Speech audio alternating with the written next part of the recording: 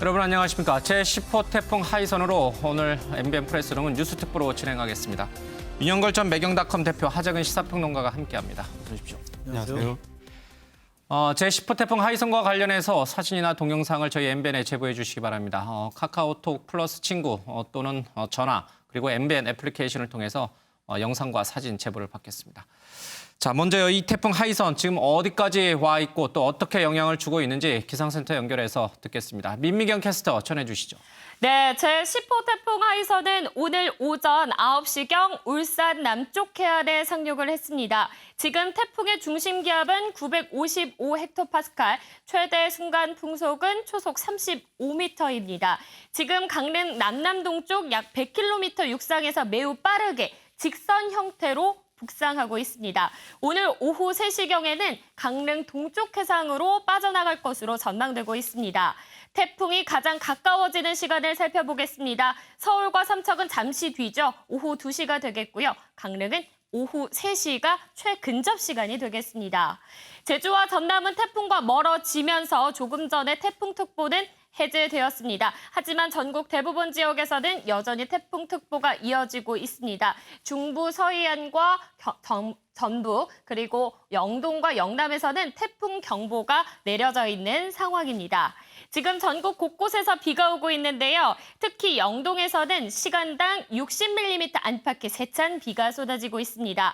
앞으로 강원 산지에서는 250mm 이상, 영동과 경북에서는 100에서 200mm, 그 밖에 중부지방과 호남 서해안에서는 30에서 100mm, 그 외 지역에서는 5에서 40mm가량이 되겠습니다.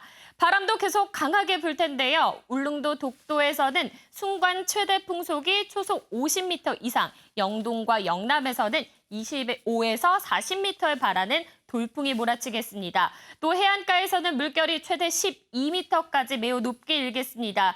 해안가에서는 만조시가까지 겹치면서 폭풍 해일 가능성이 있는 만큼 각별한 주의가 필요하겠습니다. 지금까지 기상센터에서 전해드렸습니다. 태풍 하이선이 동해안을 따라 올라오면서 전국의 영향권 안에 들고 있습니다. 뉴스특보에 귀를 기울이시면서 태풍 피해가 없도록 각별히 주의하겠습니다. 기상 전문가 전화로 연결해서 조금 더 듣겠습니다. 이재정 K웨더 예보팀장 전화 연결돼 있습니다. 팀장님 나와 계십니까? 네, 안녕하세요. 예. 자, 지금 이 태풍 하이선의 경로를 보니까 울산을 지나서 삼척 쪽으로 오고 있는 것 같아요. 조금 서쪽으로 치우쳤나요? 네, 현재 예상보다는 조금 서쪽으로 치우치며 현재 위치는 강릉 남쪽 약 100km 부근에 위치하고 있습니다. 예. 자, 이런 경로라면 앞서 저희 기상센터를 통해서 들었습니다마는 2시경에는 삼척, 그리고 3시경에는 강릉. 속도가 많이 좀 느린 것 같네요. 지금 현재 속도 자체는 50km 이상의 속도를 보이면서 매우 예. 빠르게 이동을 하고 있고요. 예. 말씀하신 바와 같이 오후 2시경이면 삼척 앞바다를 통해 동해 바다로 빠져나갈 전망입니다. 예. 빠른 속도로 지금 올라오고 있는 거군요. 네, 그렇습니다. 예, 예. 그러면은 우리가 전체적으로 영향권에서 벗어나려면 언제쯤이나 돼야 할까요? 가장 영향에서 마지막으로 벗어나는 강원 영동 지역 같은 경우는 내일 새벽 정도까지가 영향을 받을 걸로 예상되고 있고요. 예. 서울을 비롯한 수도권 같은 경우는 오늘 밤이면 태풍의 영향에서 벗어났다고 볼 수 있겠습니다. 예, 내일 새벽쯤 자정을 좀 넘어서 정도가 돼야 한반도가 그나마 이제 조금 진정 국면에 들어간다 이런 뜻이군요. 네, 그렇습니다. 예. 이 태풍 하이선의 풍속과 강도, 과거에 있었던 태풍들과 비교하면 어떻습니까? 네, 이번 태풍 제10호 태풍 하이선 같은 경우 지금 포항 구룡포에서 최대 순간 풍속이 초속 42.3m를 기록하기도 했는데요. 예. 바로 앞에 지나왔던 태풍에 비해서 많이 약한 모습입니다. 예. 지난 제9호 태풍 하이삭 같은 경우는 최대 순간 풍속 고산 지역 같은 경우 50m에 육박할 정도였는데 예. 지난 태풍과 비교해봤을 때는 다소 약한 거라고 할 수 있겠습니다. 예. 애초에는 전문가들이 초대형 태풍으로 발전할 것이다 이런 전망이 많았는데 좀 약해진 이유가 있겠네요. 아무래도 우리나라로 접근함에 따라 그 해수 온도가 낮아지면서 태풍 자체가 좀 약해지게 되었고요. 예. 태풍 발달하는 그 당시에는 초강력까지 태풍 등급 자체가 초강력까지 발달하기도 했었습니다. 예.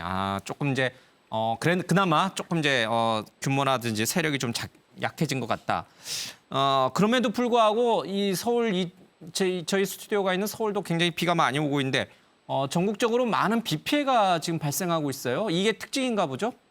네, 이번 태풍의 특징 자체가 많은 비와 함께 매우 강한 바람을 동반하고 있다는 것인데요. 예. 지난 제9호 태풍에 비해서 강수량 자체는 적지만 제주도 산간 같은 경우는 벌써 500mm가 넘는 매우 많은 비가 내리기도 했고요. 예. 지금도 그 강원 영동을 지역을 중심으로는 시간당 50mm 이상의 매우 강한 비가 내리고 있습니다. 하늘에 구멍이 뚫린 것처럼 그냥 쏟아붓는다 이런 표현이 맞겠군요. 네, 그렇습니다. 예. 자, 그런데 이 최근에 태풍이 연이어서 계속 오는 것 같아요. 지금 이렇게 가을로 접어드는 길목에서 이렇게 태풍이 많이 발달하는 이유가 뭡니까? 네, 아무래도 그 바다 같은 경우는 육지와 다르게 그 식는 속도가 조금 더 느리게 되어 있습니다. 예. 8월과는 다르게 바다의 온도 자체는 9월에 더 높게 되어 있고요. 예. 그렇기 때문에 바다로부터 많은 에너지를 공급받아 발달하는 태풍 같은 경우 8월이 아닌 9월에 더 강한 태풍으로 발달하게 되어 있습니다. 예. 이런 태풍 자체가 북태평양 고기압의 가장자리를 따라 이동하게 되는데 지금 시기 자체가 북태평양 고기압이 후축하는 단계이기 때문에 우리나라로 그 이동 경로가 만들어지게 되어 있습니다. 예. 그 말씀은 앞으로 더 올 수 있다 이런 뜻인가요? 앞으로도 한개 내외의 태풍이 지금 북태평양 고기압의 가장자리를 예. 따라 이동할 가능성이 있는 것으로 전망하고 있습니다. 예. 연이어 이렇게 태풍이 몰려오니까 이게 수해 복구가 났는데도 불구하고 계속 그것을 복구할 틈도 주지 못하고 또 다른 태풍을 맞아야 되는 것 같습니다. 좀 더 우리가 좀 긴장하고 더 예비해야겠죠, 앞으로. 네, 앞으로 앞에서 말씀드렸다시피 예. 10월 초까지는 한개 내외의 태풍이 추가적으로 영향을 줄 가능성이 있는 만큼 예. 초가을까지는 태풍에 대한 대비를 잘 하셔야겠고요. 예. 그리고 수해 복구가 마무리되지 않은 시점에서 이처럼 태풍이 접근하고 있기 때문에 대비 잘 하셔야겠습니다. 예, 기상특보에 좀 귀를 기울이면서 최대한 태풍 피해가 없도록 만반의 준비를 해야겠습니다. 팀장님 오늘 말씀 잘 들었습니다. 고맙습니다. 네, 고맙습니다. 네, 제10호 태풍 하이선 들으신 것처럼 세력은 약화됐지만 많은 물폭탄을 가져온다는 것이 특징인 것 같습니다. 그래서 전국적으로 특히 동해안과 남해안 지역에 많은 비 피해가 발생하고 있습니다. 유호정 기자가 그 비 피해 상황을 정리했습니다. 기상청이 조금 전 발표한 10호 태풍 하이선의 이동 경로입니다. 오늘 오전 9시 부산쯤을 그리고 10시쯤 울산 그리고 11시쯤 포항을 가까이 지나면서 동해안에 바짝부터 올라가고 있는데요. 현재는 이 강원 쪽을 지나고 있습니다. 하이선의 진로와 위력은 피해가 컸던 지난 태풍 마이삭과 비슷합니다. 이미 마이삭이 핥히고 지나간 곳에 또다시 하이선이 덮치며 추가 피해가 클 수 있어 어느 때보다 우려됩니다. 올해 왜 이렇게 태풍이 몰리느냐라는 생각들 하실 겁니다. 이 8호 태풍 바비에 이어 9호 태풍 마이삭 그리고 이번 10호 하이선까지 우리나라에 직접 영향을 준 대형 태풍 3개 모두 열흘 사이에 발생했습니다. 그런데 올해 태풍은 오히려 평년보다 적게 발생했다고 합니다. 그런데 문제는 태풍이 일단 만들어졌다 하면 무조건 우리나라 쪽으로 올라오는 즉 태풍의 길이 우리나라로 열렸다는 점입니다. 지난 7월 북태평양 고기압이 평년보다 넓게 퍼져 상승 기류가 발달하지 못했고 이 때문에 태풍은 한 차례도 발생하지 않았습니다. 하지만 8월 중반부터 이 북태평양 고기압이 일본 쪽으로 물러나면서 한반도 근처로 올라오는 길이 열린 겁니다. 이렇다 보니 오늘 새벽 검색어 순위에 11호 태풍 노을이 올라오기도 했는데요. 아직 하이선이 채 지나가지도 않았는데 태풍 또 오나 걱정하시는 분들 계신 겁니다. 하지만 이 노을이란 이름만 미리 제출이 되어 있을 뿐 아직 이 태풍은 발생하지도 않았습니다. 그리고 18일까지는 추가 태풍 신호가 없는 것으로 기상청은 관측하고 있습니다. 10호 태풍 하이선 자세한 내용 특보로 이어갑니다.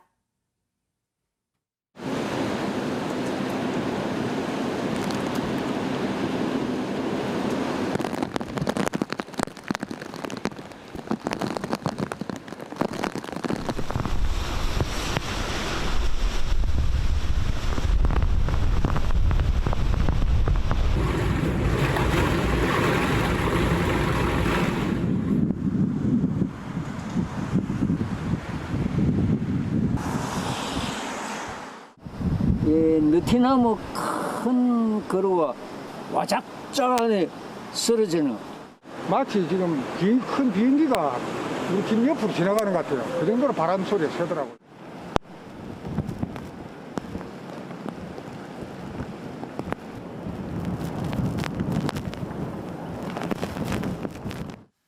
네, 보신 것처럼 제10호 태풍 이 하이선의 영향으로 이 남쪽 지역과 이 동해안 지역이 큰 피해를 입고 있습니다. 최민 기자, 먼저 부산 지역 상황부터 좀 살펴보겠습니다. 부산 지역은 태풍이 바로 상륙하면서 엄청난 피해가 또다시 발생했죠. 네, 그렇습니다. 오늘 새벽부터 오전까지 막대한 피해를 내면서 부산을 지나갔는데요. 일단 부산에서는 오늘 오전 3시부터 태풍 경보가 내려진 상태였습니다. 그런데 태풍 경보가 내려지고 태풍 하이선이 지나가는 과정에서 오늘 오전 9시까지 부산경찰청 112에 접수된 피해 신고가 140건이나 됐습니다. 그런데 더 피해가 컸던 게 지난번 마이삭 때의 어떤 그 상처를 다 이제 아물어내기도 전에 보수가 다 이루어지기도 전에 지금 이제 또 한 번 태풍이 오면서 더 피해가 컸는데요. 지금 보시면 지금 왼쪽에 아파트 유리창이 보이는데 유리창 지난번에 깨진 유리창을 아직 새로 해놓지도 못한 상태에서 지금 합판만 덧대놓은 상태에서 이번에 태풍이 또 한 번 온 겁니다. 그래서 저렇게 합판으로 덧대놓은 가구들도 지금 심심치 않게 볼 수 있었고요. 실제로 부산에서는요. 이 유리창 보수를 원하는 사람들이 그 주문이 밀려들면서 하루에 그 전체 주문량의 10% 정도밖에 소화를 하지 못하고 있을 정도라고 합니다. 그런데 이제 오늘 또 한 번 태풍이 지나가면서 저런 합판을 덧대는 사례까지 나타난 거고요. 실제로 왜 저렇게 이 아파트나 고층 빌딩 유리창이 많이 깨지는지 궁금해하시는 분들이 있을 텐데 실제로 이 바람의 세기가요. 초속 보통 23m 정도가 이제 기록으로 잡히는 수치라고 하면 저 해운대 LCT에서 집 100층 높이거든요. 100층 옥상에서 바람의 세기를 똑같은 시간에 쟀더니 거의 2배 가까이 47m가 나온다고 합니다. 그러니까 보통 바람의 세기보다 고층일 때의 바람의 세기는 거의 2배 가까이. 그러니까 그 강한 바람을 이기지 못하고 고층 아파트 유리창들이 속절없이 깨지는 상황이 지금 반복되고 있는 거고요. 지금 도로도 곳곳에서 통제가 되고 있는데 부산 남해고속도로 진입도로에는 지금 불어난 물에 차량이 침수되는 일도 발생을 했고 부산 진구에서는 산사태까지 일어나서 이제 뭐 주택이 갇혀 있는 곳에 남성을 구조하는 일도 있었습니다. 지난 태풍 마이삭 이후로 복구도 채 되지 않은 상황에서 지금 이 하이선으로 인해서 특히 이제 해안가에 있는 주민들의 피해가 좀 큰 것 같습니다. 창문 유리도 사실 굉장히 통유리라서 두꺼울 텐데 설명하신 것처럼 이제 그런 바람 세기라면은 저렇게 깨질 수가 있구나 이런 생각이 좀 듭니다. 지금 아직 인명 피해는 그래도 없는 거죠, 다행히. 그렇습니다. 아직까지 인명 피해가 접수된 건 없고요. 이제 시설물 파손이라든지 간판 추락 보신 것처럼 가로수가 쓰러지고 유리창이 깨지고 그 깨진 유리창 파편에 뭐 다른 자동차라든지 이런 게 훼손되고 이런 접수는 많았는데 아직 이제 이게 구조도 다 이루어졌고요. 아직 인명 피해 소식은 들리지 않고 있습니다. 저희 촬영 기자들이 촬영도 합니다만 이제 시청자들 제보를 통해서 저희들이 비 피해 상황이 얼마나 심각한지 또 태풍의 피해가 얼마나 큰지 그것을 좀 알 수 있는 것 같습니다. 이 부산 지역 외에도 지금 이제 동해안 쪽으로도 지금 이 태풍 하이선이 타고 올라오고 있거든요. 굉장히 이 울산이라든지 아니면 그 위의 지역도 마찬가지로 굉장히 많은 피해가 발생하고 있죠. 네, 그렇습니다. 경남 지역으로 이제 시청자 제보 영상을 통해서 이 피해가 어떤지 직접 한번 살펴보겠습니다. 먼저 시청자 송경식 님이 보내준 영상을 보면요. 이 경남 김해시 동산동의 한 아파트인데요. 지금 아파트 위에 보시면 하얀 무언가가 걸려 있잖아요. 뭐 이불이나 현수막이 아니라 아파트 외벽이 뜯어진 거예요? 네, 강한 비바람에 이렇게 아파트의 윗부분 벽까지 이렇게 손상될 정도로 좀 이렇게 일부 피해가 있는 상황이고요. 이제 다음 영상으로 또 보시면 이번에는 경남 거제시 상동인데요. 보시면 지금 이게 차도입니다. 그런데 앞에가 도로가 노란 게 아니라 흙탕물이 가득 지금 들어차 있는 거거든요. 그만큼 이렇게 도로가 침수가 되어 있고 이 영상 보시면 한쪽으로 저 앞쪽 보이십니까? 이렇게 하수구에서 물이 역류하는 그만큼 도로 곳곳에 이제 침수가 많이 심각하다는 거를 이제 알 수 있는 지금 이제 영상입니다. 만조식이랑 맞물려서 바다 해수면이 높잖아요, 그렇죠? 그러니까 저렇게 이제 지하를 통해 가지고 물이 역류하는 모습이 좀 흔하게 일어나고 있는 것 같습니다. 네, 그렇습니다. 그리고 또 부산에서도 이제 시청자 제보가 들어왔는데요. 이번에는 화명동입니다. 보면 도로 곳곳이 지금 이 차량 통행이 매끄럽지 않은 상황이죠. 한쪽에 침수돼 있고 차는 물 속에 이제 갇혀서 움직이지 못하고 오도 가도 못하는 상황인데 도로가 통제가 되어 있지만 이렇게 차량이 모이면서 좀 혼잡한 상황이 벌어지고 있습니다. 이렇게 부산에서도 곳곳에서 도로 침수가 이어지고 있고 마찬가지로 북구 화명동 또 다른 곳인데요. 여기가 지금 걸어가는 곳이 인도입니다. 그런데 인도를 가다 보면 이렇게 역류하는 곳도 보이고요. 또 건너편 차도 보면은 마치 이제 이게 계곡인지 길인지 구분할 수 없을 정도로 이렇게 물이 흐르고 있는 모습을 직접 확인할 수 있습니다. 비 피해 상황이 좀 매우 심각한 그런 상황입니다. 경상 지역은 좀 어떻습니까? 지금 이제 부산 지역도 좀 일부 봤고요. 울산 지역도 좀 봤습니다만은 물이 역류해서 도로가 침수되는 경우도 좀 있는 것 같고 아파트 외벽이 떨어지는 경우도 좀 있는 것 같고 유리창 깨지는 것도 흔하게 좀 발생하는 것 같습니다. 그 위쪽 지역은 어떻습니까? 경주하고 포항이라든지 위쪽 지역. 네, 부산 지역이 주로 바람에 의한 피해가 컸다면 지금 위로 올라갈수록 비 피해가 속출하고 있는 상황인데요. 저희가 사진 한 장을 준비했는데 경북 경주에 지금 비가 굉장히 많이 오고 있다고 합니다. 그래서 할머니 한 분이 갑자기 불어난 물에 이제 지금 집 밖으로 나오지 못하고 소방대원에 의해서 엎혀서 이제 구조돼서 나오는 모습도 볼 수 있었고요. 실제로 이 태풍 때문에 경주하고 포항 지역에는 거의 1,000명 가까운 930명이 대피령이 내려졌다고 합니다. 그러니까 뭐 인근 모텔이라든지 좀 안전한 다른 지인의 집으로 이동을 해라라는 명령을 지자체에서 내리면서 자신의 집을 떠나 대피해 있는 사람들이 거의 900명이 넘는다는 말씀을 좀 전해드리고요. 그리고 월성 원전 터빈 발전기도 지금 정지가 된 상태입니다. 그리고 산사태로 아파트 주차장이 뭐 흙더미가 되고 뭐 이런 곳은 지금 뭐 한두 곳이 아니고요. 아파트 현관까지 토사가 쏟아져서 저층에 있는 주민들이 대피한 아파트도 있습니다. 소방대원의 등에 엎혀서 이 구조되는 모습을 봤습니다. 경북 경주시 현곡면에 있는 그 마을인데. 보시는 모습이 이제 산사태로 이제 그 아파트 인근에 있는 산이 갑자기 무너지면서 저렇게 이 자동차가 이제 주차돼 있는 자동차 위로 이제 진흙이 쏟아지는 모습입니다. 지금 태풍 위기경보는 심각 단계로 격상이 돼 있습니다. 부산과 경남에 피해가 속출하고 있습니다. 지금 화면에 보시는 지역도 이 부산 경남 지역들인데 아무쪼록 이 지역에 계신 분들 비 피해 없도록 각별히 조심하셔야 되고요. 삼척과 강릉 쪽으로 태풍이 오고 있으니까 여기도 상당히 좀 조심을 해야 될 것 같습니다. 저희들 관련된 영상이나 사진 제보를 좀 기다리고 있겠습니다. 윤 대표님, 그러니까 이게 저희 지금 이 스튜디오가 있는 곳이 이제 서울인데 서울에는 또 비가 제법 아침부터 계속 많이 쏟아지고 있어요. 그러나 직접 저렇게 우리 눈으로 보지 못하는 곳에 있다 보니까 약간 무뎌질 수 있는데 지금 이 제보 영상이라든지 취재기자들의 얘기를 들어보면 이 지역은 정말 지금 아주 비상시기인 것 같아요. 그렇죠. 지금 뭐 하위선이 동해안 쪽으로 지금 따라서 지금 쭉 올라가잖아요. 오후 3시경에는 지금 강릉 쪽까지 접근한다니까 지금 부산에서 강릉 이 벨트 동해안에 부산에서 강릉까지가 피해가 제일 큰 거 아니냐 이런 생각이 듭니다. 이 비 피해를 막기 위해서 우리가 최선을 다해야 되고 또 태풍 이 바람이 불 때 특히 이제 이 비에 차량이 침수되는 경우도 많거든요. 지난 7월 달에는 그 부산에서 3명이 지하차도에서 그 사고로 사망하는 사고가 있었어요. 그 왜 그러냐면 지하차도에 들어갈 때는 안내판도 없고 경고판도 없어서 들어간 때는 차 바퀴에 3분의 2 정도밖에 물이 안 찼었거든요. 근데 바퀴에 3분의 2니까 그냥 지나가도 되겠지 했는데 순식간에 차에 물이 차 올라오면서 3명이 사망하는 사고가 있었는데 이 차량 침수 피해 대단히 조심해야 되는 거 아니냐. 태풍이 완전히 빠져나가는 오늘 밤 12시까지 최선의 노력을 다 기울여야겠다 이런 생각이 듭니다. 부산 경남 지역은 이제 태풍이 지금 한참 영향을 미치고 있고요. 조금씩 이제 북쪽으로 이동을 좀 하고 있습니다.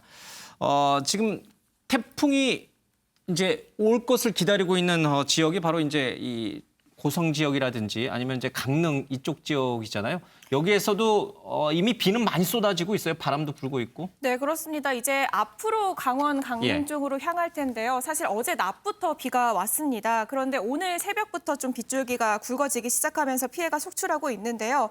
일단 기상청 이 통계를 보면은 오늘 새벽부터 빗줄기가 굵어지면서 8시가 지나서부터는 시간당 30에서 40mm로 이 빗줄기가 강해졌다고 합니다. 이런 식으로 오늘까지 지금까지 내린 비의 양만 200mm에 육박하는데요. 그렇기 때문에 지금 피해가 속출하고 있고 양양, 소초, 고성, 평창, 강릉 등 5개 시군에서 이 주민 350여 명은 침수와 산사태를 미리 대피하기 위해서 마을회관 등지로 안전한 곳으로 대피해 있는 상황이라고 합니다. 오전 기준으로만 오전 기준 강릉에서만 주택 침수 신고가 10건이 넘게 들어왔다고 하고요. 도로 침수 피해도 30여 건 넘게 지금 신고가 접수된 상황인데요. 이 걱정이 되는 건 지금 영동 지역이 최고 400mm의 비까지 내릴 수 있다라고 예보가 지금 되고 있는 상황이고요. 무엇보다 최대 순간 초속 20에서 40mm 40m의 이제 강풍까지 예보가 예. 되어 있습니다. 이렇게 계속 강한 비바람이 이어지고 있기 때문에 좀 추가 피해가 우려되고 있는 상황인데요. 예. 각별한 주의가 필요해 보입니다. 태풍이 지금 오고 있는 삼척, 고성, 강릉 이 동해안 쪽에 계신 분들은 절대 바깥으로 외출을 하지 마시고요. 또 차량 운전도 하지 않는 것이 좋습니다. 자칫하다가는 고립될 수 있고요. 침수가 발생을 할 수 있습니다. 지금 이제 실제로 이 태풍이 올라오고 많은 비와 강풍을 동반한 상황에서 운전을 하는 게 얼마나 위험한 일인지 우리가 뭐 너무 많이 봤잖아요. 그렇죠? 네, 그렇습니다. 특히 이제 이 비가 많이 올 예. 때는 물이 순식간에 불어나거든요. 아까 우리 윤영걸 대표님도 말씀해 주셨지만 지난번 부산 사례가 있었어요. 지하차도에 물이 잠기면서 사람 인명피해 3명이나 사망하는 사고가 있었는데 이번에 거제도에서도 비 피해가 심각했습니다. 예. 그러면서 이 거제시 사등면 사곡 지하차도에서 한 차량이 49세 여성이 운전하던 차량이 이 지하차도에 무심코 진입했다가 지금 보시면 차량이 저 한 중간에 잠긴 채로 오도 가도 못하고 예. 있는 상황이거든요. 다행히 운전자가 물이 많이 불어나기 전에 차량 밖으로 빠져나와서 차의 지붕 위에서 대피를 한 상태로 구조를 기다리고 있었습니다. 다행히 이제 구조대가 도착을 예. 했고 무사히 구조는 됐는데 저렇게 차량은 빠져나오지 못하고 저 한중간에 지금 머물러 있는 모습을 볼 수가 있습니다. 예. 지난번 여러 명의 사상자를 냈던 부산 지하차도 침수 사건과 비슷하네요. 그렇죠? 모습이. 자, 이런 상황에서는요. 절대 바깥으로 나가지 마시고 차량 운전도 삼가야 될 것 같습니다. 그리고 긴급한 일이 아니면 119 신고 전화도 하지 말아야 됩니다. 보시는 것처럼 소방대원들 이 비 피해 또 태풍 피해 구조하느라 아주 바쁩니다. 알겠습니다. 이렇게 차량이 침수됐을 경우에는 어떻게 해야 될까? 그 행동 요령 저희들이 여러 번 전해드렸습니다만 전문가 얘기를 다시 한번 들어보겠습니다. 세 번째로는 침수되어 차량 문이 안 열린다면 단단한 물체, 날카로운 물체로 창문 모서리를 깨고 탈출해야 됩니다. 여기서 가장 중요해야 될 점은 창문의 가운데가 아닌 모서리를 이용해야 더 쉽게 창문을 열 수가 있습니다. 이 목받침대에 보면은 이 버튼이 있는데요. 이 버튼을 누르시고 가볍게 위로 올려주시면 쉽게 뺄 수가 있습니다. 네, 이제 유리창을 한번 깨볼 건데요.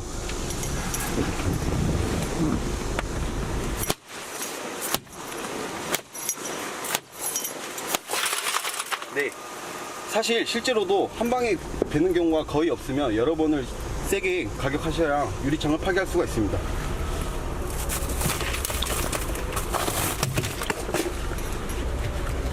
유리창을 파괴한 후 이 유리창을 통해서 탈출을 하시면 되겠습니다. 네, 가장 좋은 방법은 외출을 하지 않고 또 차량 운전을 하지 않는 것이지만 불가피하게 이동 중에 이런 일이 겪으면 이제 화면에 보시는 것처럼 저런 행동 요령을 좀 알고 있어야 돼요. 그러니까 이게 사실은 이제 저희들이 평소에 여러 번 얘기를 했고 또 많은 분들이 숙지를 하고 있습니다만은 당장 내 눈앞에서 물이 차오르면은 당황하거든요. 그리고 뭐 차 안에 저렇게 유리창을 깰 만한 도구가 없으면은 어떻게 해야 될지 막막하다가 사고를 당하기가 십상이거든요. 네, 그러니까 사람이 막상 일에 예. 닥치면 굉장히 당황할 수밖에 없는데 일단 기본적으로 그 부산에서 사고가 났을 때 보면 터널 진입할 당시에 타이어에 한 3분의 2 정도 물이 찼다고 하더라고요. 그럼 가면 안 돼요. 들어가면 안 돼요. 그때 이제 그 당시 그분이 판단하기로는 이 정도면 괜찮겠다라고 판단을 하셨다고 빨리 하는데 지나가면 된다 이렇게 생각했을 근데 거예요. 그렇게 판단하면 안 되고 예. 3분의 2 정도라고 해도 굉장히 위험한 것이기 때문에 이렇게 호우 예보가 내려졌을 때는 아예 터널에 진입하지 않는 게 가장 안전하고 예. 그다음에 이제 물이 바깥으로 차 올라왔을 때는 방금 이제 영상에서 보신 것처럼 차량 안에 있는 단단하고 그 단단한 예. 물체로 그 창문의 모서리를 깨야 되는데 저 방법이 좋은 것 같아요. 앞자리 네. 의자를 빼가지고 예. 의자 그 날카로운 부분으로 저렇게 깨야 되는데 깨지 못할 상황도 있거든요. 예. 깰 수도 없고 차량 문도 안 열리는 상황이 있는데 밖에 물이 가득 차면 예. 그럴 땐 당황하지 마시고 차량 내부에 물이 찰 때까지 기다렸다가 어느 정도 물이 차면 그러니까 수압 때문에 문이 안 열리는 건데 예. 차량 내부에 물이 차면 문이 열리거든요. 그때 가서 쓱 연 다음에 비교적 높은 데로 가서 119로 만약에 전화 통화가 된다면 이제 구조 신고를 하고 기다리셔야 예. 되고 그다음에 이렇게 막 경사진 곳에서는 물이 급류로 막 내려오거든요. 그리고 급류 반대편으로 문을 열고 탈출하셔야 되겠습니다. 그러니까 위기 상황이 닥치면 사실은 이성적 판단을 내리기가 굉장히 좀 어려워집니다. 이제 평소에 많이 머릿속으로 이제 한번 이렇게 시뮬레이션 하듯이 이렇게 계속 상상을 하면서 대비하셔야 되고 역시나 비 왔을 때는 모든 약속을 좀 취소하시고 바깥으로 외출 안 하는 게 좋을 것 같습니다. 최현민 기자, 앞서 전문가를 통해서 왜 이렇게 가을에 태풍이 많이 오냐 제가 여쭤봤고 또 전문가는 아직 하나가 더 있다 이런 얘기를 하고 있어요.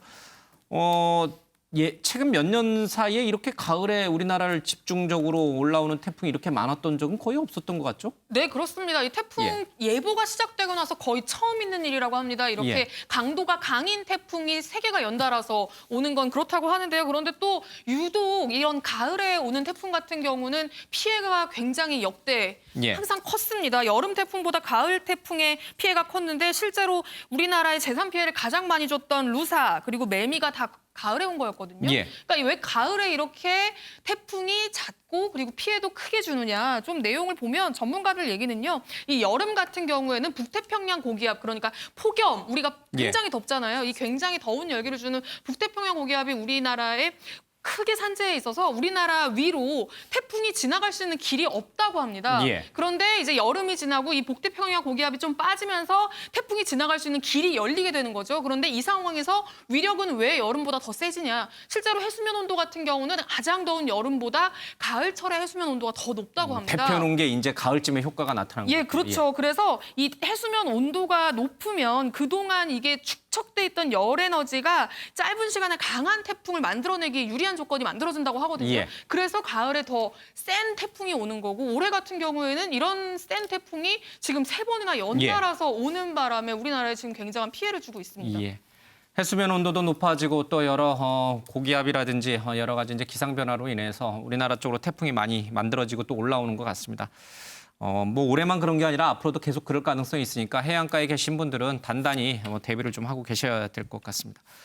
유호정 기자, 이 태풍 하이선은 우리나라에 영향을 주기 전에 일본을 먼저 거쳐왔단 말이에요. 그렇죠? 일본도 사실은 굉장히 지금 난리가 났죠? 네, 그렇습니다. 오늘 오전 한반도로 오기 전, 그러니까 밤 사이에는 일본을 지나왔는데요. 특히 규슈 전 지역이 그대로 강타됐습니다. 지금 보이는 게 지금 일본 규슈 지역이군요. 네, 그렇습니다. 지금 보는 게 이제 후쿠오카 일본 규슈의 이제 7개 현의 피해가 굉장히 심한 상황인데요. 현재까지 NHK는 27명이 다쳤다라는 소식을 전하고 있는 상황입니다.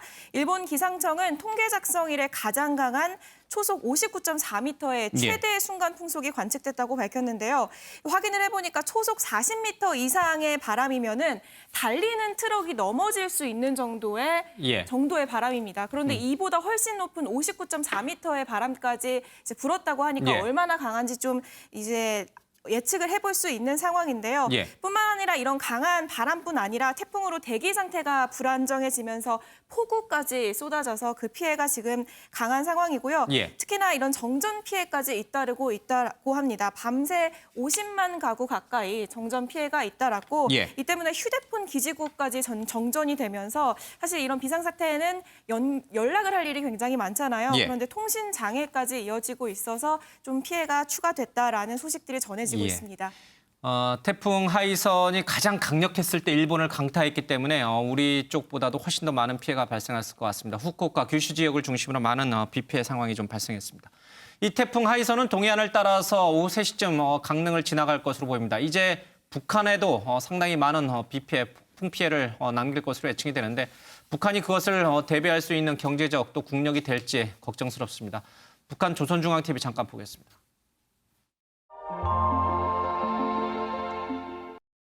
날씨를 알려드리겠습니다.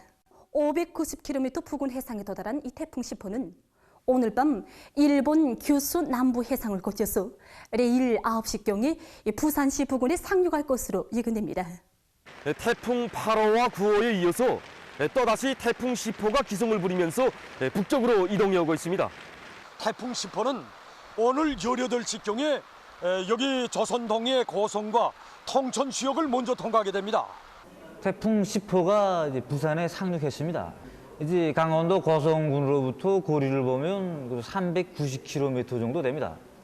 경의하는 최고령도자 김성은 동지께서 피해 지역을 돌아보셨습니다. 당중앙은 우리의 수도당원 동지들이 들고 일어나 재해를 당한 함경 남북도의 피해 복구 전구로 용약 달려나갈 것을 부탁합니다.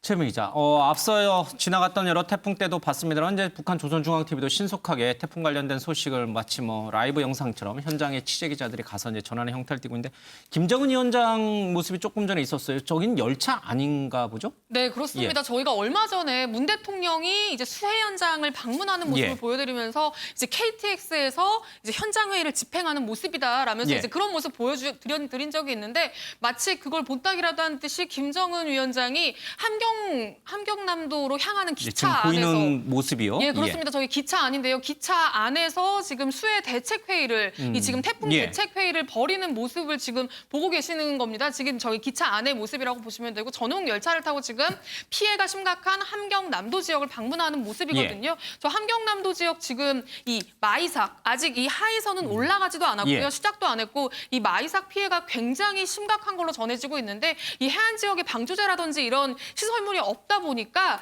지금 이 시설물과 이 주거지 거의 1000세대 가까이가 지금 파괴됐다라는 보도가 나오고 있습니다. 지금 보시면 그 폐허가 된 현장 위에 지금 김정은 위원장이 서서 이제 뭔가 지시를 받고 지시를 하고 하면서 이제 시찰을 진행하는 모습인데 이제 생각한 것보다 피해가 워낙에 크다 보니까 직접 저렇게 방문을 해서 시찰을 하고 심지어는 뭐 충성도 높은 평양에 있는 당원 12,000명을 급파해서 이 복구를 돕겠다라는 지시까지 내린 상태입니다. 그리고 함경남도 도당위원장, 그러니까 우리나라로 치면 도지사라고 할 수 있는데요. 이 도지사를 즉석에서 아예 이 해고라고 해야 되나요? 그러니까는 교체하는, 다른 사람으로 교체하는 이렇게 이 처벌과 비슷한 어떤 조치를 즉석에서 내리기도 했습니다.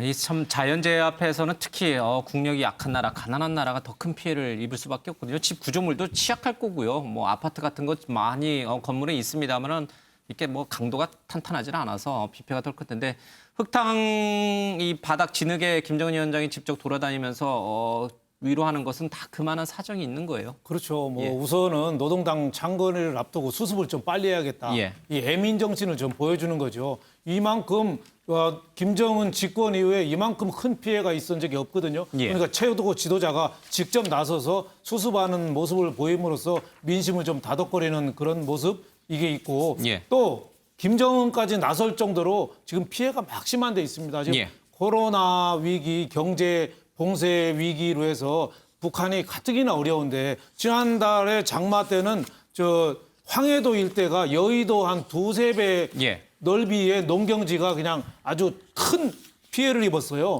근데 이번에 요전에 마이삭 때는 강원도 원산 동해안 쪽에 또 큰 피해 있고 인명 피해도 엄청났거든요. 근데 이번에 또 태풍 하이선이 지금 북상하고 있는데 우리 쪽에서 지금 시간당 400mm 폭우 또 강풍 이게 지금 지나가고 있거든요. 근데 그게 북한을 무사히 통과하면 되겠지만 원산이나 이쪽에 또 맞으면 가뜩이나 취약한 그 구조물이 치명타를 입지 않느냐. 북한 그 김정은 저 시찰하는 모습 보니까 어디 전쟁터에 폭격 맞은데 시찰 나가는 것처럼 북한 전체가 지금 상당히 큰 피해를 입은 거 아니냐 이런 생각이 좀 듭니다. 태풍이 모두 지나간 다음에 피해 복구를 위해서 우리 측과 어떤 협력을 해야 될지 또 이를 위해서는 또 어떤 태도를 취해야 될지 좀 고민을 해봐야 될 시점인 것 같습니다. 자, 이 태풍 하이선과 관련된 소식은요. 잠시 뒤에 조금 더 살펴보도록 하고 일반 정치 사회 이슈 조금 더 다뤄보도록 하겠습니다. 먼저 사랑제일교회 관련해서 정강훈 목사의 보석이 취소가 돼서 오늘 중으로 다시 재구속될 거라는 얘기가 들려오고 있습니다. 먼저 이 정강훈 목사의 그동안의 행적에 대해서 또 발언에 대해서 영상으로 먼저 보겠습니다.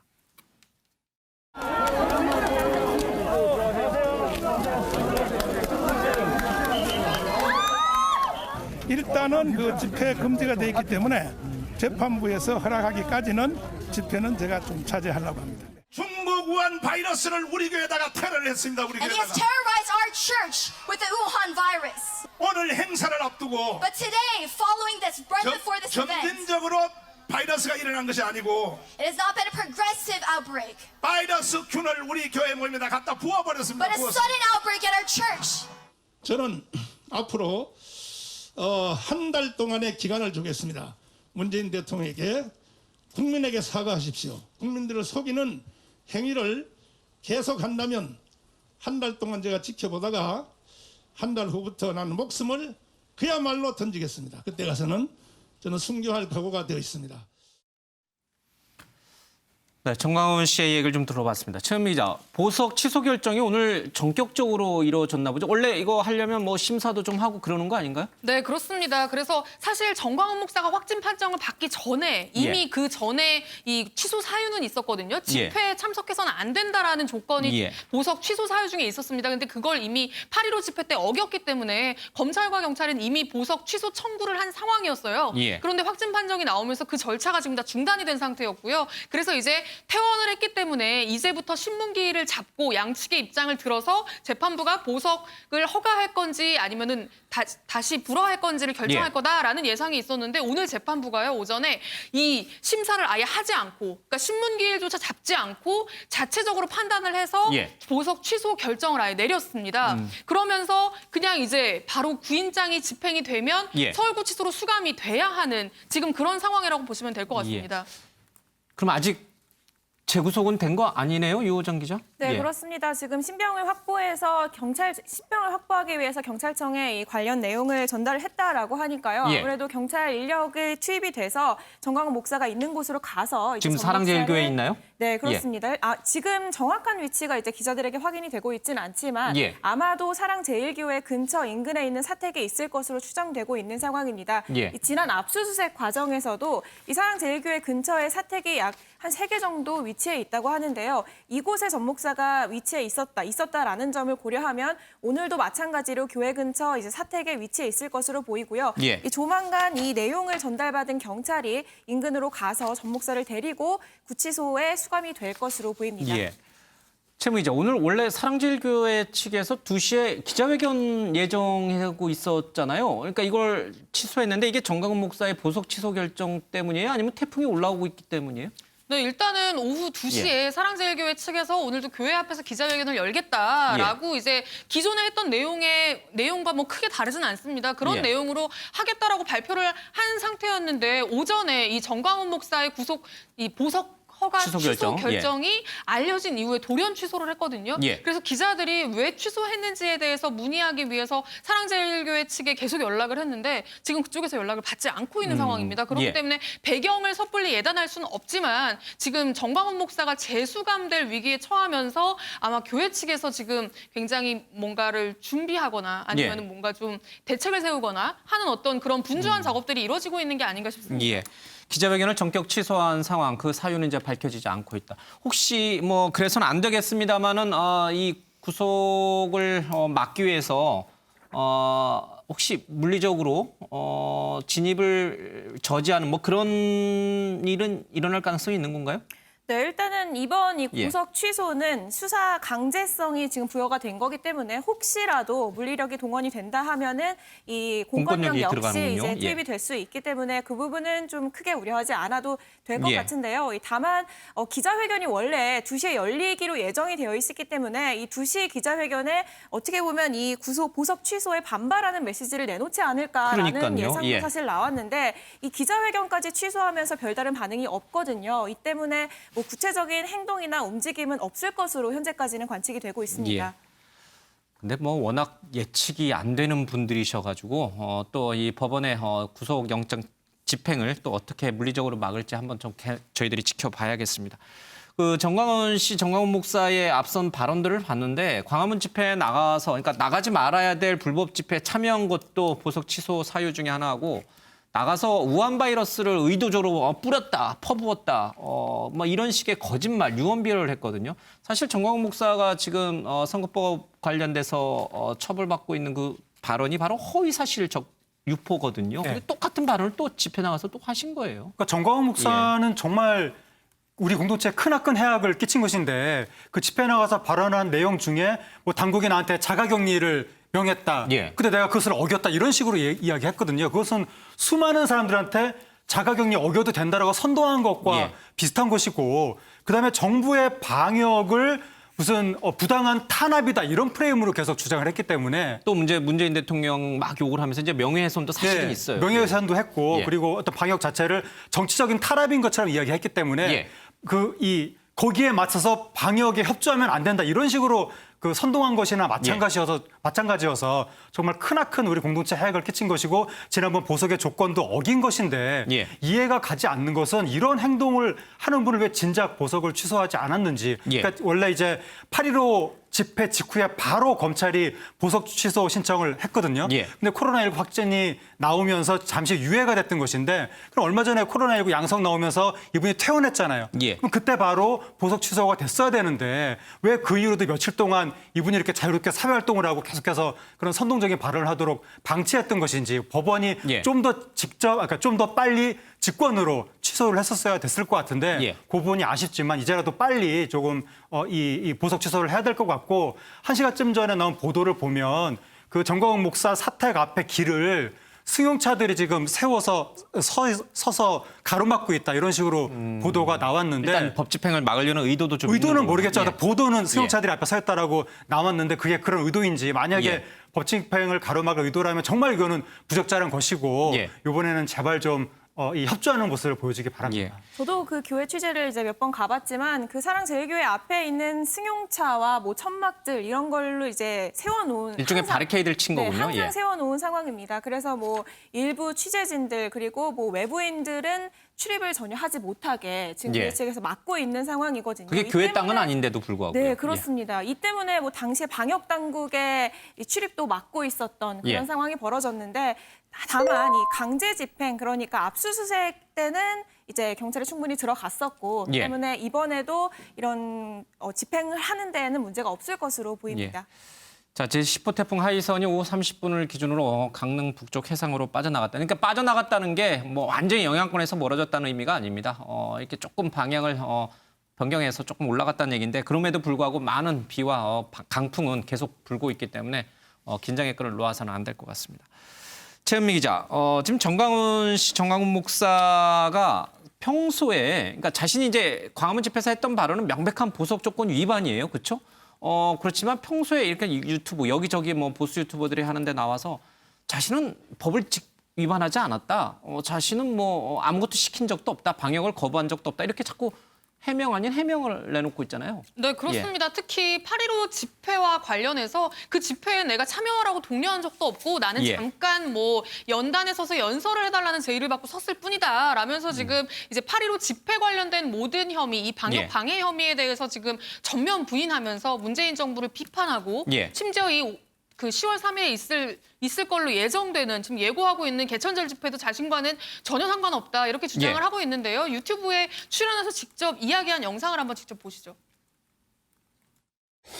참 나는 그 문재인 대통령을 보면 좀 불쌍하게도 생각이 됩니다. 아무리 그래도 그렇지 그 대한민국을 대표하는 내가 한기총 대표회장인데 목사가 바이러스를 일부러 퍼뜨리려고 그리고 국가 방역을 도전하고 방해를 놓을 그렇게 사람을 본다는 것은 대통령이 그 참모들을 잘못 쓰는 것 같아요. 10월 3일 국민대회를 지금 다시 한다고 지금 우파 시민단체에서 여러 곳에서 신청을 했고 행정법원에다가 소송까지 해서 진행한다고 지금 이렇게 나오고 있습니다. 그거 제가 합니까? 안 하잖아요. 국민들이 다 문재인 대통령에 대한 정책에 대한 불만 때문에 그렇게 가고 있지 않습니까? 이건 누구도 막을 수 없습니다. 예, 뭐 문재인 정부를 비판한 내용이 있었고요. 그리고 방역 방해 혐의에 대해서 이제 퇴원하고 나서는 지금 막 구상권 청구부터 해서 손해배상이 물밀듯이 지금 밀려오고 있거든요. 사랑제일교회 측을 향해서. 그러니까 그런 부분에 대한 부인을 하는데 지금 굉장히 자신의 입장을 집중하고 있는 모습입니다. 그러면서 내가 아무리 그래도 한기총 대표 회장이고 목사인데 바이러스를 일부러 퍼뜨리려고 했다는 게 말이 되냐. 이런 식으로 항변을 하고 있고요. 심지어 오늘 이제 보석 허가가 취소돼서 재수감이 지금 예정돼 있잖아요. 자신의 재수감을 조금 예정하는 것 같은, 그러니까는 뭔가 예상하는 듯한 발언도 했는데요. 재구속되면 기도 더 많이 하고 하나님께 더 가까이 다가갈 거다라면서 자신의 보석 취소를 좀 어느 정도 예감하는 듯한 발언을 하기도 했습니다. 뭐 당연히 뭐 예상할 수 있겠죠. 본인이 어떤 말을 했고 어떤 행동을 했는지 본인이 제일 잘 알 테니까요.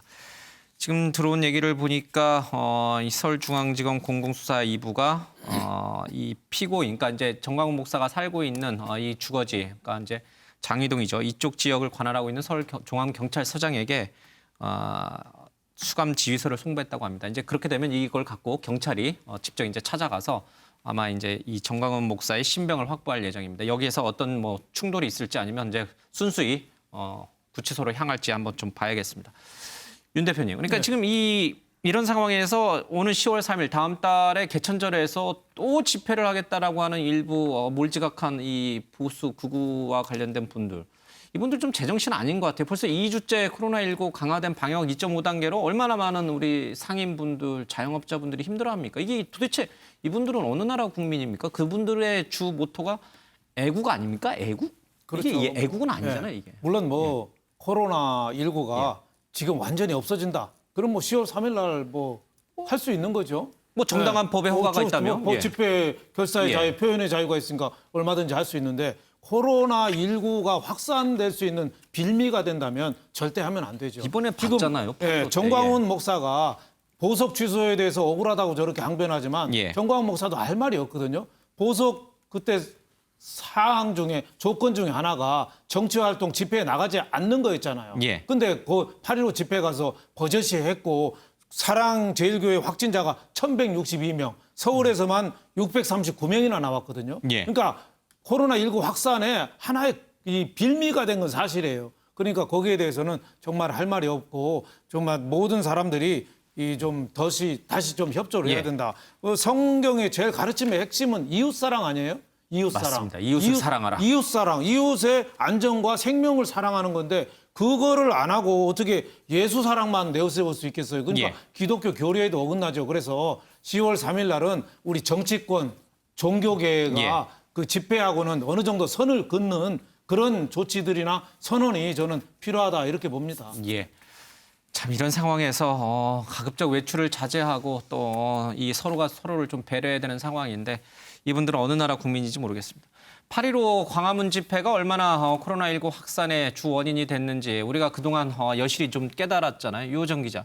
실제로 그 코로나19의 확진을 받아서 또 숨진 사람도 생겼어요. 목사 한 분이 그랬죠? 네, 그렇습니다. 이 웃으면 복이 와요라는 프로그램 코미디언 출신인 성내동 순복음교회, 우리 교회의 신소걸 목사가 코로나19 치료를 받다가 사망한 것으로 지금 전해지고 있습니다.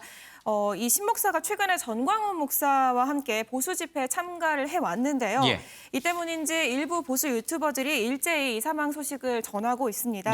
그런데 얼마 전에 이 치료를 받고 퇴원한 전 목사가 문재인 정부를 강하게 비판을 하면서 한 달의 기한을 주겠다. 그러면서 본인은 순교할 각오가 돼 있다라는 발언을 했었어요. 근데 이 순교의 사전적 의미가 어떤 박해를 물리치고 본인이 믿는 이 신앙을 지키기 위해서 목숨을 바치는 이런 뜻이잖아요. 이 때문에 굉장히 논란이 됐었는데 이 신 목사의 소식을 전하면서 일부 유튜브들이 이 애국 목회자인 목사님이 순교했다 뭐 이런 식의 지금 제목을 달고 있어서 지금 또 다른 논란이 되고 있기도 합니다. 보수 유튜버들은 또 그렇게 순교라고 의미를 부여하는군요. 네, 그렇습니다. 정확히 말씀드리면 코로나19 확진 판정을 받고 투병 생활을 하시다가 돌아가신 거예요, 그렇죠?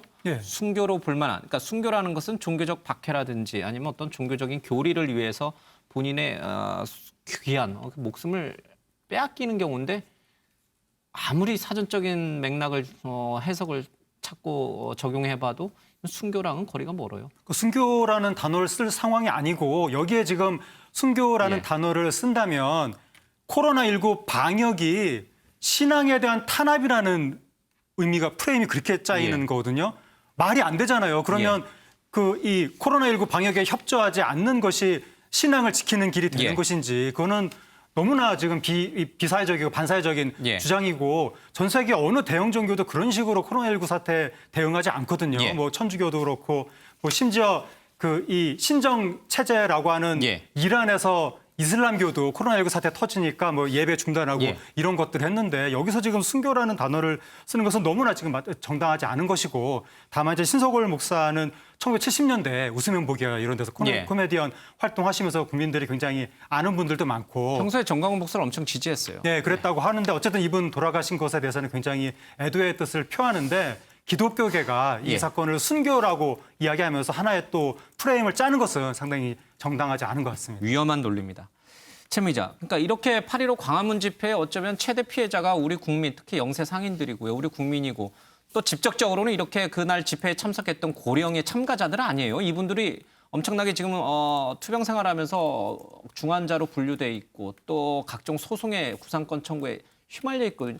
그럼에도 불구하고 또 10월 3일 날 또 그러니까 이분들은 뭐 다 이뤄도 상관없다 이거예요. 그냥 무조건 집회만 하자 이건가요? 그러니까 뭐 아까 그 정강훈 예. 목사도 이야기했지만 이건 자신과 전혀 상관없고 문재인 정부의 실정을 비판하고자 하는 시민들의 순수한 모임이라고 이야기를 하고 예. 있잖아요. 그런데 지금 사실 정부가 굉장히 노력하고 자영업자들이 노력해서 사회적 거리두기 2단계, 2.5단계가 지금 2주 가까이 진행이 되면서 확진자가 그래도 좀 줄어든 예, 상태입니다. 100명대로 좀 내려왔어요. 이 추세를 예. 계속 이어가서 사실 추석에도 이동을 좀 제한하자라는 예. 이야기가 나오고 있는 상황에서 그래서 이제 추석 때 뭔가 재점화되는 걸 좀 막아보자라는 게 이제 온 국민의 뜻이고 염원인데 그래서 그래서 최대한 다음 주까지 2.5단계가 연장되는 거 좀 막아보자라는 게 지금 국민들의 염원인데 지금 10월 3일에 모두 모이자 심지어는 전화기를 꺼놓자라는 이야기까지 한다는 건 방역 당국에 이제 뭔가를 피해서 우리 한번 모여보자라는 건데 이게 정말 적절한지는 조금 따져볼 만한 문제인 것 같습니다. 아주 부적절합니다. 아주 부적절한 것이고요. 그리고 이런 분들에 대해서는 당국이 뭔가 좀 사정을 봐줘서는 안 된다 이런 여론이 좀 압도적으로 높습니다. 네, 실제로 지금 보수단체에서 개천절에 집회 신고한 건수가 지금 27건이거든요. 벌써요? 예, 그렇습니다. 지금 저 다 불허하도록 예, 어떻게 근데 할 이 방법 사람 없어요? 숫자도요. 지금 뭐 5만 명 규모, 3만 명 규모 뭐 다 이래요. 그러니까 뭐 지금 뭐 몇천 명, 몇백 명이 모이는 행사가 아니에요. 일단 예. 신고된 것 자체가. 그런데 서울시는 이미 다 불허를 한 상태고요. 예. 경찰도 지금 이 27건 모두 다 금지한다라는 통보를 내린 상태입니다. 그런데 예. 지난번처럼 뭔가 또 법원으로 가서 집행정지가 결정이 돼서 예. 만에 하나 집회가 합법적으로 치러지게 되거나 불법인데도 불구하고 사람들이 모여서 행사를 진행을 한다면 정말 더 큰 소요 사태가 일어나지 않을 가능성도 배제할 수 없을 것 같습니다. 예, 민주주의 국가에서 이 집회의 자유는 반드시 보장이 돼야 합니다만 지금 코로나19 상황에서 이런 것들이 과연 현명한 우리 민주시민으로서 해야 될 방법인가 고민을 해볼 필요가 없습니다. 요정 기자, 그러니까 이분들에게는 반드시 책임을 묻는다라는 그런 뭔가 아주 강력한 뭔가 메시지를 좀 던져줘야 돼요. 네, 그래서 실제로 어제 강력하게 밝혔습니다. 서울시가 어제 이 사랑교회 교회 방문자 가운데 검사를 끝까지 거부하고 있는 사람 19명을 고발 조치했다라고 밝혔고요. 특히나 전광훈 목사에게는 손해배상을 청구하겠다라고 강조했습니다. 이 방역 체계의 근간을 흔들고 공동체의 안녕을 위협하는 행위는 앞으로도 결코 묵과하지 않겠다라면서 분명히 경고를 하기도 했습니다. 행동은 자유지만 그 행동이 낳는 여러 가지 피해 상황에 대해서는 반드시 책임을 묻는 문화가 좀 이번에 좀 정착이 됐으면 좋겠습니다. 자, 다른 얘기를 좀 가겠습니다. 문재인 대통령이 오늘 수석보좌관 회의를 했는데 사실 이 코로나19 때문에 많은 분들이 어려워서 2차 재난지원금 문제가 나와요. 그러니까 이번에는 좀 다주기보다는 선별적으로 좀 주겠다는 쪽에 아무래도 전부 의견이 모아졌죠. 네, 일단 당정청이 이제 선별 지급을 하겠다라고 발표를 한 상황이고요. 이에 대해서 문재인 대통령도 관련 언급이 있을 것으로 지금 예상은 되고 있지만 구체적인 발언 내용이 전해지고 있지는 않은 상황입니다. 예, 지금 이제 2시에 시작했으니까요. 조만간에 문 대통령의 얘기가 좀 들려올 것 같습니다. 자, 이런 재난지원금 선별 지급과 관련해서 사실은 여권 내에서도 이런저런 의견들이 있습니다. 특히 이재명 경기도지사는 지난번과 마찬가지로 다 주자 이런 주장을 하고 있는데 조금 혼선이 빚어지기도 했고요. 조금 도덕적 비난을 받기도 합니다. 무슨 일이 있었는지 먼저 이재명 지사 얘기부터 듣겠습니다. 저는 이 재난지원금 이게 경제정책이지 복지정책은 아니다 이렇게 생각합니다. 이 고소득자들을 지원 대상에서 배제하면 배제된 분들은 억울할 것이고 또 선정된 사람들은 나 가난한 사람이구나 이렇게 인정해서 또 서러움을 겪어야 되니까 국민 통합 입장에서도 저는 전원에게 지급하는 게 좋다고 보고요. 당이나 정부에서 최종 의사결정을 하면 저도 뭐 국민의 한 사람이고 또 정부의 일원이고 당의 당원이니까 그 결정에 따라야 하고요. 우리가 논쟁은 열심히 할 수 있고 이견은 낼 수 있지만 결정되면 또 한 목소리로 부작용 없이 잘 되게 또 지원하고 협력해야 된다고 생각합니다. 최문 기자, 원망과 배신감이 불길처럼 퍼져간다. 만약에 선별 지급을 하면 그 분노를 이 정부가 어떻게 감당하려고 그러느냐라는 반대 의견을 피력했지만 또 저희 인터뷰에서는 뭐 당정의 결정이니까 따르겠다 이렇게 얘기하고 또 SNS에는 문 대통령에 대한 충심이란 표현까지 썼어요. 그러니까 이재명 지사의 생각이 정확히 뭔지 모르겠어요. 네, 그러니까 이제 정부의 정책을 따르겠다라는 게 기본 입장이긴 합니다. 그러나 그럼에도 불구하고 문재인 정부를 향한 원망과 배신감이 불길처럼 퍼지는 게 보인다라면서 무슨 표현을 했냐면요. 백성은 가난에 분노하기보다는 불공정한 것에 분노한다. 가난보다 불공정을 더 싫어한다라는 얘기예요. 근데 불공정이라는 단어 자체가 사실 조국 사태 이후로 이 정부의 어떻게 보면은 지금까지의 방향이라든지 뭔가를 그러니까 이 정부의 지지율을 좀 흔들리게 한 키워드였거든요. 조국 사태 이후로. 근데 그 키워드를 굳이 끌고 와서 이제 SNS에 글을 올리면서 지금 굉장히 일파만파 커진 상황입니다. 그러면서 이제 언론에서 보도도 많이 됐고요. 그랬더니 이제 그걸 해명하는 글을 올린 게 오로지 충심에서 올린 글이다. 정부 여당의 결정에 따를 거고 변함없는 나의 충정이고 보수 언론은 이런 나의 견해를 얄팍한 갈라치기에 악용하지 말아달라라고 사실 해명 아닌 해명을 했는데 이미 지금 파장은 굉장히 커진 상태입니다. 불안빈, 환불균. 가난보다도 공정하지 못한 것, 균형이 없는 것에 더 국민은 분노를 한다. 그러니까 윤 대표님, 뭐 틀린 말은 아닌데 차기 대권을 염두에 둔 이재명 지사 입장에서 보면은 소위 말하는 친문 지지자들의 지지 없이 마음 없이는 대권 가도를 갈 수 없잖아요. 그러니까 정치적으로 한 발 후퇴한 건가요? 아무래도 뭐 그렇다고 봐야죠. 당심보다 민심 지지도가 이재명 지사가 높았거든요. 하지만은 당심을 또 무시하고는 또 대권으로 나갈 수 없잖아요. 당에서 통과돼야 되니까 그런 좀 한계도 있습니다만은 저는 재난지원금에 관해서는 저는 개인적으로는 이낙연 그 당 대표의 선별 지원을 저는 지지하지만 그 이재명 지사의 다주자, 그거 상당히 저도 그건 일리 있다고 그래서 이걸 비난할 수는 없다고 봐요. 왜냐하면 지난번에 경기도는 1인당 10만 원씩 주고 서울시는 선별 지원한다고 그러는데 서울시가 그 선별 작업자 선별하는 데만 서너 달이 걸렸어요. 그리고 그 선별 작업자 추리는데 행정비용만 300억이 들었거든요.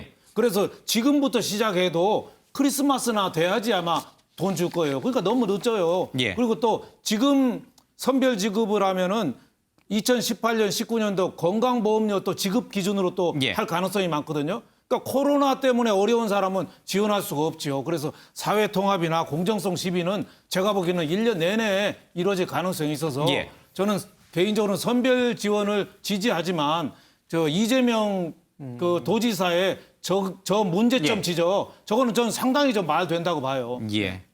누구는 받고 누구는 받지 못하는 그래서 불공정하다는 이런 현실에 우리 국민이 분노하고 그것이 불길처럼 번질 텐데 이것이 두렵다. 근데 이 뭐 일부 그러니까 하태경 의원이 대표적이긴 합니다만 그렇게 공정을 외치시는 분이 조국 전 장관 사태 때는 왜 공정을 얘기하지 않았냐. 그런 또 정치적 공세를 하긴 해요. 하태경 의원은 난데없이 여기서 조국 전 장관 얘기를 왜 하는지 모르겠는데 그때도 불공정하다고 많은 사람들이 공정의 관점에서 이야기하자면 그 당시에 검찰이 서울중앙지검 모든 특수부 인원을 다 동원해서 조국 일가족을 난도질을 친 것이 그게 과연 정당한 법 집행인가? 그건 공정한 거냐? 그게 한 일가를 그 정도 특수부 인력이 다 달라붙을 정도면 그 일가가 우리나라를 말아먹을 정도의 엄청난 일을 저질렀어야 되는데 무슨 뭐 옛날에 학생 시절에 표창장 위조한 거 아니야 이런 거 가지고 특수부 인력이 다 달라붙었다? 그게 불공정한 건데 그건 눈을 싹 닫고 조국 전 장관에 대해서만 계속 이렇게 공격을 하는 것은 문제가 있다고 보이는데 지금 그게 문제가 아니라 재난지원금 요번에 이제 7조 편성했다는 거 아니에요. 왜 이거를 자꾸 재난지원금이라고 해서 이렇게 논란을 벌이는지 그게 이해가 안 되는데 지난번에 지급했던 건 재난지원금이잖아요. 근데 이번에는 전 국민한테 지급하는 게 아니라 고른다는 거 아니에요.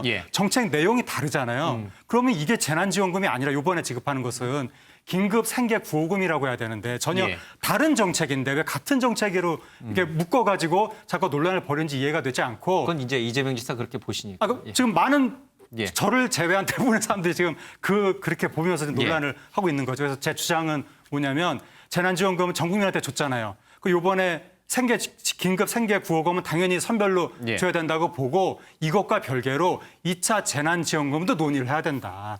근데 이걸 자꾸 뭐 재정 건전성 이거 가지고 자꾸 문제를 삼는데 우리나라가 재정 건전성이 너무 좋아서 문제거든요. 재정 건전성이 너무 좋다는 건 뭐냐면 국가가 돈을 안 쓴다는 거예요. 나라의 경기가 안 좋은데도 경기 살리는 것도 국가의 책무이기 때문에 재난지원금은 경기 대책으로 논의를 해야 된다고 봅니다. 알겠습니다.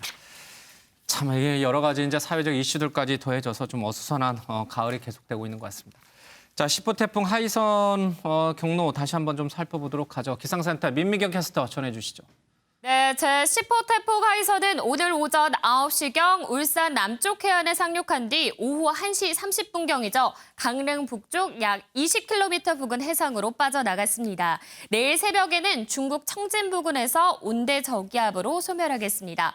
이렇게 태풍이 빠르게 북상함에 따라 제주와 전남은 오늘 오후 3시를 기해서 태풍특보가 해제되겠습니다. 하지만 여전히 전국 곳곳에 태풍특보가 이어지는 가운데 영동과 영남, 중부 서해안과 전북에서는 태풍경보가 발효 중인 상황입니다. 레이더 영상 보겠습니다. 전국 곳곳에서 비가 오고 있는데요. 아직도 태풍과 가까운 영동 지역은 시간당 40mm 안팎의 비바람이 몰아치고 있습니다.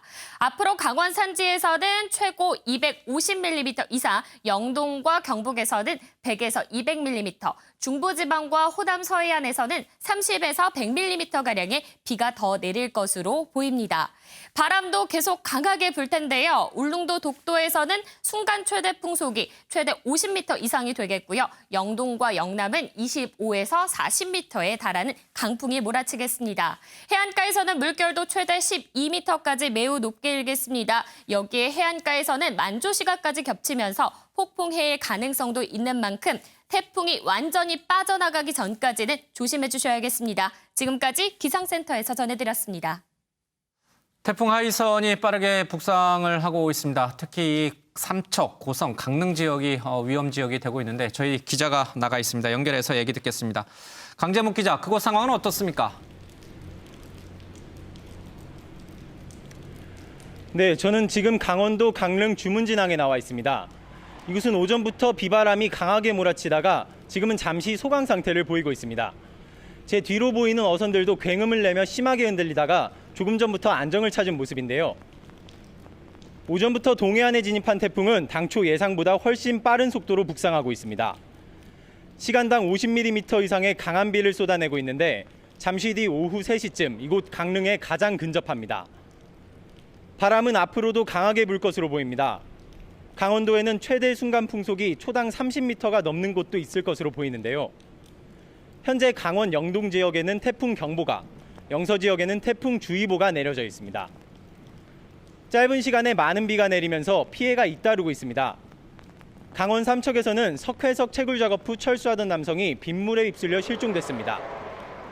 고성에서는 저수지 범람 피해가 우려돼 주민 대피령이 내려졌고 낙석과 토사 유출로 인해 강원도 내 도로 수십 곳이 통제 중입니다. 이 밖에도 추가 침수 피해와 산사태가 우려되는 상황입니다. 강원도 재난안전대책본부에 따르면 저지대나 산사태 우려 지역에 거주하는 주민들 353명이 마을회관과 읍면사무소로 사전 대피한 상황입니다. 지금도 계속해서 긴급재난 문자를 보내며 안전사고 방지에 힘을 쏟고 있습니다. 강원 영동 지역은 저녁 6시까지는 계속 비가 쏟아질 것으로 보이며 밤 10시까지도 강한 바람이 불 전망입니다. 강원도는 무엇보다 인명피해가 없도록 대비를 철저히 하고 외출을 자제해달라고 도민들에게 당부했습니다. 지금까지 강릉 주문진항에서 MBN 뉴스 강재묵입니다. 네, 기상 전문가 한 분 더 연결해서 얘기 듣겠습니다. 맹소영 웨더 커뮤니케이션즈 대표 전화 연결돼 있습니다. 나와 계신가요? 네, 안녕하세요. 예. 자, 대표님, 조금 전에 오후 1시 30분을 기준으로 이 태풍 하이선이 우리 강릉 쪽에서 조금 빠져나갔다 이런 표현이 있었는데 영향권에서 벗어났다 이런 의미는 아닌 거죠? 그렇죠. 예. 맞습니다. 기상청에서는 이제 최근 1시에 강릉 남동 쪽 약 30km 육상을 지나고 있다. 이제 정확한 위경도를 추적을 해보면 예. 동해시 해안에 상륙한 것으로 추정이 되고 그리고 지금은 이제 시간이 2시 반이 넘었으니까 이미 그 중심이 동해상으로 빠져나갈 것으로 이제 추정을 하고 있습니다. 근데 말씀 그대로 태풍의 중심이 동해상으로 빠져나간 것이지 이 태풍의 반경, 그러니까 초속 15m의 강풍의 영향권에 드는 반경 자체가 350km면은 거의 이 직경은 700km에 해당되는 이 영향권에서는 여전히 머무르고 있습니다. 남쪽 지방, 부산이라든지 전주와 같은 남쪽 지방은 이제 태풍주의보가 해제됐는데 그러면 이제 본격적으로 복구 작업에 나서도 되는 건가요? 아직까지는 그렇지 않습니다. 이게 보통 태풍특보 같은 경우에는 이제 비가 내릴 때 발령이 되는 이제 발표가 되는 특보, 그러니까 호우, 강풍, 풍랑 이 세 가지가 모두 다 특보급 이상이 됐을 때 발표가 되는 게 태풍특보입니다. 그러니까 그 말은 제주는 지금 강풍특보만 남아 있고요. 그리고 주변 해상으로는 풍랑특보가 남아져 있다는 것은 호우특보에 해당되는 비의 양이 좀 줄었다라는 거지 여전히 전국적으로 강한 바람은 남아 있기 때문에 좀 하늘이 맑아졌다라고 해서 복구 작업을 했을 경우에는 지금 이미 강한 강풍이 전국의 시설물들을 흔들어 놓고 간 상태이기 때문에 눈으로 봤을 때 말짱해 보이는 것들도 이게 살짝 건드리기만 해도 위험성이 높기 때문에 모든 바람이 잦아드는 오늘 저녁까지는 좀 이 추가 복구 작업은 조금 손을 떼놓고 계시는 게 좋지 않을까 싶습니다. 지금 태풍주의보가 해제됐다고 해서 밖에 나가셔서 뭔가 일을 하시면 더 큰 위험이 있다 이런 뜻이군요. 알겠습니다. 태풍으로 인해서 부산 해안가 특히 이제 마린시티와 같은 곳에 많은 유리창이 깨지고 피해가 컸는데 이게 특별히 이유가 있나요? 그렇죠. 보통 이제 빌딩풍이라고 하죠. 이 상공에서 일정한 방향으로 바람이 불어도 빌딩 사이의 이 공간에는 주변에서 바람이 모여들기 때문에 소용돌이를 치거나 풍속이 갑자기 하강하거나 또 이제 낙하하거나 이런 어떤 강해지는 경우들이 좀 있습니다. 그래서 빌딩 바람은 길 가는 사람도 날아가게 한다라는 말이 있을 정도거든요. 그러니까 우리 하천의 경우도 흐름이 좁은 곳을 지날 때 유속이 굉장히 빨라지잖아요. 그리고 그거에도 실제로는 도시 전체의 풍속이 약했지만 건물이 밀집했던 지역에서는 돌풍이 발생했던 경우들도 굉장히 많았거든요. 그러니까 특히 이제 해안 주변으로 바람이 강한 것도 있기도 했지만 특히 이제 마린시티의 경우에는 정말 이 초고속 그 빌딩들이 위치한 상태에서 이 좁은 틈을 바람이 이제 지나면서 바람의 풍속이 거의 뭐 배에 달하는 그런 바람으로 더 발달시킨 겁니다. 앞서 잠깐 언급이 있었습니다만은 제11호 태풍 노을도 형성돼서 우리나라로 올 가능성이 있다라고 하는데 아직 기상당국에서는 공식적으로 발표한 상황은 아닌가요? 그렇죠. 일단 이제 하이성 같은 경우에는 태풍으로 만들어질 조짐이 보이기는 했으나 우리나라 기상청 같은 경우에는 열대 저기압에서 시작이 돼서 태풍으로서의 갖춰져 있으니까 어떻게 보면은 예보로서의 체계와 이제 순서가 있는 거죠. 예보관들은 모두 이제 그 조짐들을 살펴보고 있었을 텐데 지금 노을의 경우에는 그런 조짐조차 없습니다. 향후 10일 동안에 이 이제 열대 고수온 해역을 살펴봤을 때도 어떤 태풍으로 발달할 만한 대류의 움직임은 없고요. 다만 이 노을이라는 이름은 아시아 태풍위원회 회원국 14개 국가가 각각 10개씩 제출한 먼저 태풍의 이름을 만들어 놓고서 태풍이 발생하자마자 붙여주는 꼴이기 때문에 마치 노을의 이야기가 나오면은 마치 11번째 태풍이 발생한 것처럼 많이 느껴지십니다. 그래서 이제 향후 열흘간은 현재 나온 예보로서는 당장 11호 태풍의 발생 가능성은 좀 낮아 보이기는 합니다만 9월부터 10월 중순까지는 충분히 강한 태풍이 발생할 수 있는 여지가 있는 날씨 상황을 가지고 있고 그리고 이 태풍이 강하게 만들어져도 한반도로 향할지 아닐지는 계속해서 주변 기압 상황을 그때그때 살펴봐야 되는 문제입니다. 태풍 이제 그만 좀 왔으면 좋겠습니다. 주말마다 이제 집중 폭우도 내렸었고 태풍이 연이어서 계속 오면서 비 피해가 너무 크거든요. 알겠습니다. 저희들이 기상특보 예의주시하면서 비 피해 상황 없도록 좀 안전을 다해야겠습니다. 자, 맹소영 대표님 오늘 말씀 잘 들었습니다. 고맙습니다. 예, 고맙습니다.